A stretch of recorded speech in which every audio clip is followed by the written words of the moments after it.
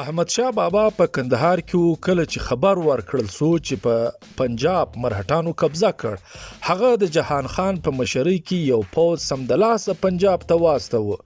لاهور ته نږدې د جهان خان او د مرهټه قومندان شیباجي شیندې ترمنځ جنگ ترسره سو خو په دا جنگ کې جهان خان بایلات وکړ او د زوی هم ووژل سو. دغه پوځ په ډیر تکلیف سره پېښور ته وتښتېد. د دغه پوځ په ماتې سره احمدشاه بابا پوه سو چې مرهټان وړ قوت نه دی، ځکه نو هغه پریکړه وکړه چې ترې خپل مشرۍ لاندې به پوځ د مرهټانو په خلاف پنجاب ته بیایي. دا نو هغه زمان و چې نه یوازې پنجاب بلکې په ډیلي کې ناست مغل باچا هم د مرهټانو تر واک لاندې و. په کال 1961 کې مرهټانو مغل پاچا شاهجهان دریم له تخت څخه ایسته کړ او خپل لاسپوڅی شاه عالم دویم یې باچا کړ. شاه عالم دویم د عالمګیر دویم زوی و. د ده خور زهرا بیګم د احمدشاه بابا نژور او د تیمورشاه کورودانه وه. شاه عالم په بشپړه توګه د مرهټانو تر واک لاندې و. د خپل هیڅ اختیار نه درلود. د دې معنا دا و چې اوس مرهټان د هند تر ټولو ستر قوت و. خو د هند خلک په خاصه توګه هغه راجاګان چې مرهټان یې د خپل تخت او تاج لپاره خطره ګڼل په دې تکل کې و چې له دې قوت څخه څنګه خلاصون ترلاسه کړي. ځکه نو کله چې احمدشاه بابا په کندهار کې پر پوځي چمتووالي بوخت و نو دغه راجاګانو د لیکونو یوه لویه لړۍ کندهار ته پیل کړه.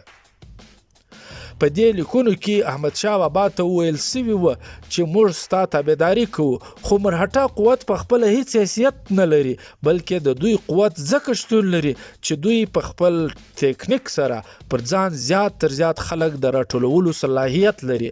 ورسره په دې لیکونو کې د راجاګانو د مرهټه پوځ د وسلو، د پوځ د ترتیب، د پوځ لپاره د رسد راټولولو معلومات او د مرهټانو کمزوریانې ټوله بیان کړي وي.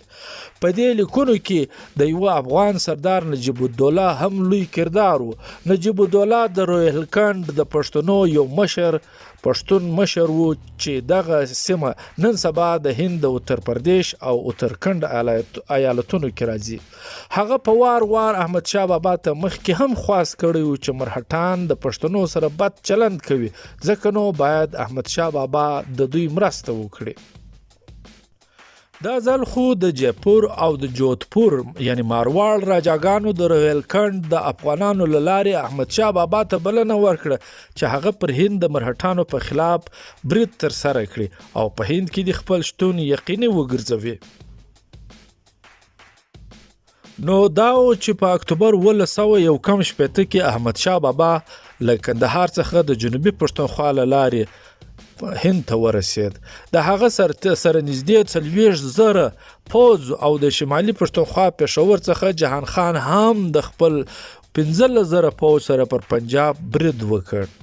په دغه زمان کې افغانانو دونه طاقت درلود چې کله احمدشاه بابا له کندهار رهي سو نو تر بنګاله پورې داسې قوت نه و چې د دوی مخ دې ونیسي. نو دا ځکه افغانانو نه یوازې لاهور بلکې ټول پنجاب له مرهټانو څخه بیرته واخیست. د دې وروسته افغانان د احمدشاه بابا په مشرۍ کې مخ پر ډیلي روان سو. تر ډیلي پورې د افغانانو د پنجاب او پنجابیانو او مرهټانو سره په درجنونو واړه جنگونه ترسره سو. کله چې احمدشاه بابا ډیلي ته ورسید نو د روهیلکند مشر نجیب الدوله او د اود ایالت مشر شجاع الدوله هم خپل پوځونه د افغانانو سره یو ځای کړ. په دې سره د افغانانو پوځي قوت لا نور هم پیاوړی سو. بل لور ته په ډیلي کې د مرهټانو یو لوی پوځ ورته ناست و چې مشري یې د مرهټه شاهي کورنۍ 2 جنرالانو سیدا شیو راو باو او وشواس راو کوله.